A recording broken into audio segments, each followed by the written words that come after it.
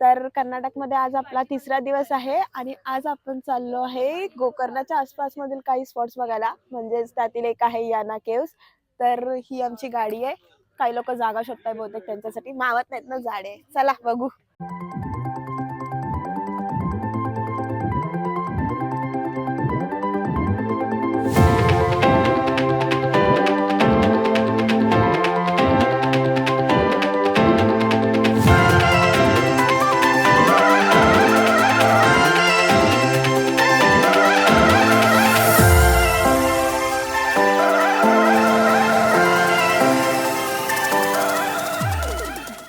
क्या कर रहे हैं ये लोग? लोग सुधर नहीं सकते, लोग सुधर नहीं सकते, उनको कहाँ भी लेके जाओ. वाह वाह वाह, कहीं लेके जाना नहीं पुरवडता है.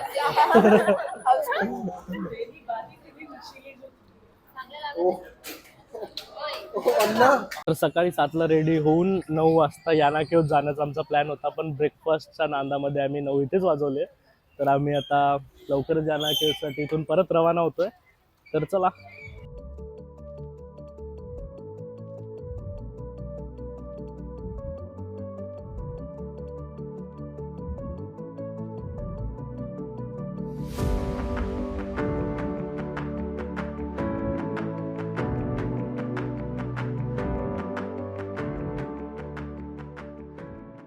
केव्हला जाण्यासाठी आम्ही कार आणि ही एक बाईक रेंट केली आहे. तर याने आम्ही आता याना केव्हला जाणार आहे.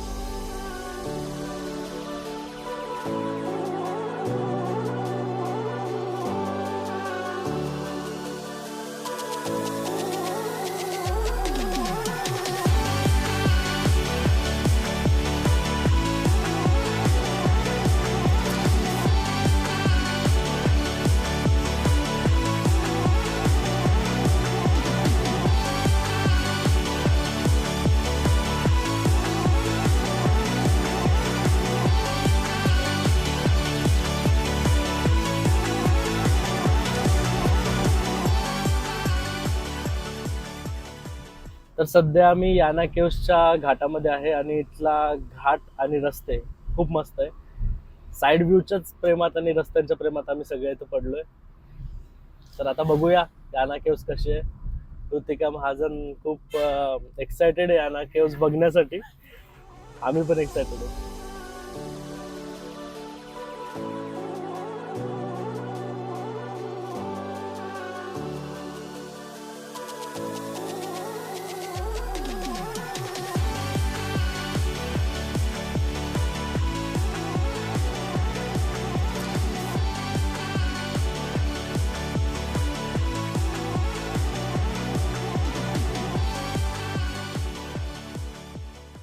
तर आपण याना केव्ज इथे पोहोचलो आहे आणि पार्किंग पासून थोडं वॉकिंग डिस्टन्स वरती याना केव्ज आहेत.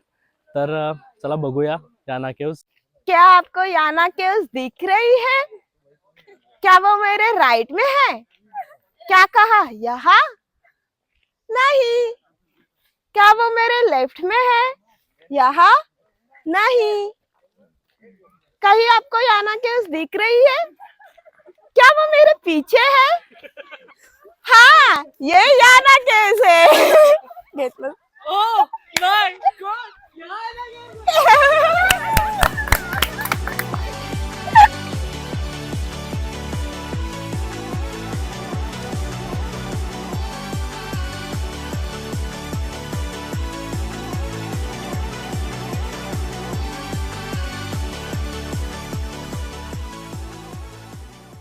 तर या पानांनी हे असे हातावर डिझाईन बनवत आहे.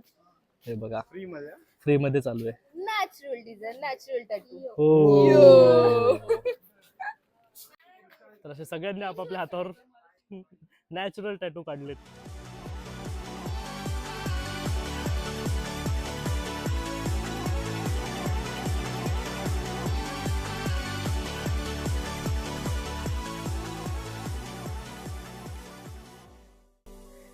याना केव्ज म्हणजे कर्नाटक राज्यातील एक प्रसिद्ध ठिकाण, जे उडुपी जिल्ह्यातील कुमारधारा पर्वतरांगांमध्ये वसलेले आहे. हे ठिकाण मुख्यतः त्याच्या अनोख्या आणि नैसर्गिकरित्या तयार झालेल्या काळ्या कातळांच्या रचना आणि शांत वातावरणासाठी प्रसिद्ध आहे. या केव्जला आध्यात्मिक तसेच वैज्ञानिक कथा सुद्धा आहेत. पौराणिक कथा सांगते की राक्षस भस्मासुराने इथे भगवान विष्णूला आव्हान दिले होते.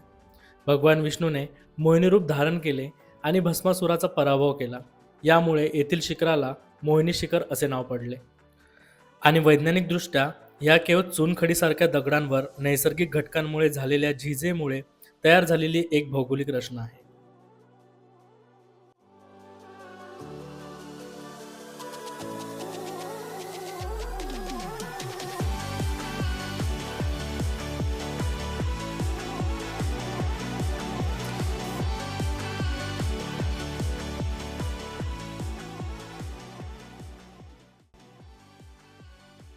याना केव्ज हे मुख्यतः दोन मोठ्या दगडी शिखरांसाठी ओळखले जाते. एक भीमगिरी, ज्याची उंची साधारणतः 390 फूट आहे, आणि दुसरे मोहिनी शिखर, ज्याची उंची साधारणतः 300 फूट आहे. तर तुम्हीही कधी गोकर्णला आलात तर याना केव्जला नक्की व्हिजिट करा, कारण ही खूप एक युनिक प्लेस आहे आणि ती काय युनिक आहे हे इथं आल्यानंतरच कळतं. तर कधी जर गोकर्ण आलं तर नक्की याना केव्जचा प्लॅन करा.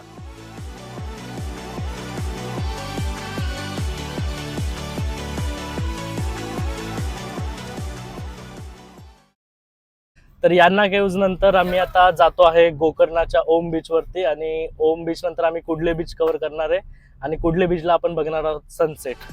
तर चला.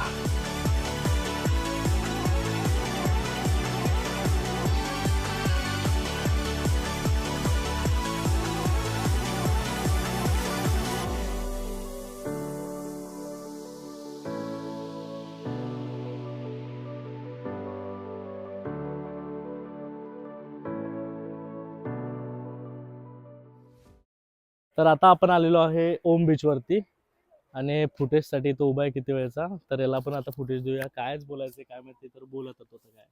धन्यवाद धन्यवाद. अशा प्रकारे आपण पोचलो आहे इकडे ओम बीच. कुठेही मला ओम किंवा असं काही दिसलं नाही, पण तरीही याला ओम बीच म्हणतात. वा वा वा.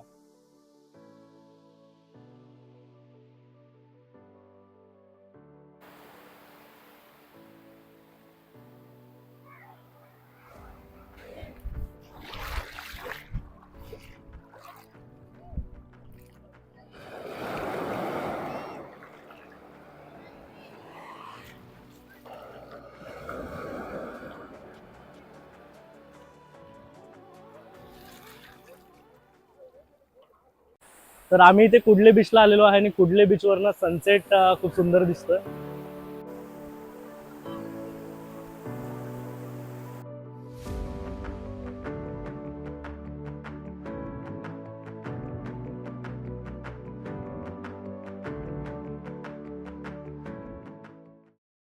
तर कुडले बीचच्या सनसेट नंतर आपण कालच्याच ठिकाणी स्टेसाठी आलो आहोत आणि उद्या सकाळी सकाळी लवकर उठून आपण महाबळेश्वर टेम्पलला व्हिजिट करणार आहोत. महाबळेश्वर टेम्पल आमच्या स्टेपासनं वॉकिंग डिस्टन्सवरतीच आहे आणि भगवान शिवशंकराच्या दर्शनानंतर आपण जाणार आहोत दांडेली, आणि दांडेलीला खूप सारी मजा मस्ती होणार आहे. तर ती मजा मस्ती बघण्यासाठी स्टे ट्यून. तुम्हाला आजचा व्लॉग कसा वाटला हे मला कमेंटमध्ये नक्की कळवा. आमच्या व्हिडिओला लाईक करा, शेअर करा आणि प्लीज चॅनेलला सबस्क्राईब करायला विसरू नका. चला बाय बाय, गुड नाईट. भेटूया आपण दांडेलीमध्ये.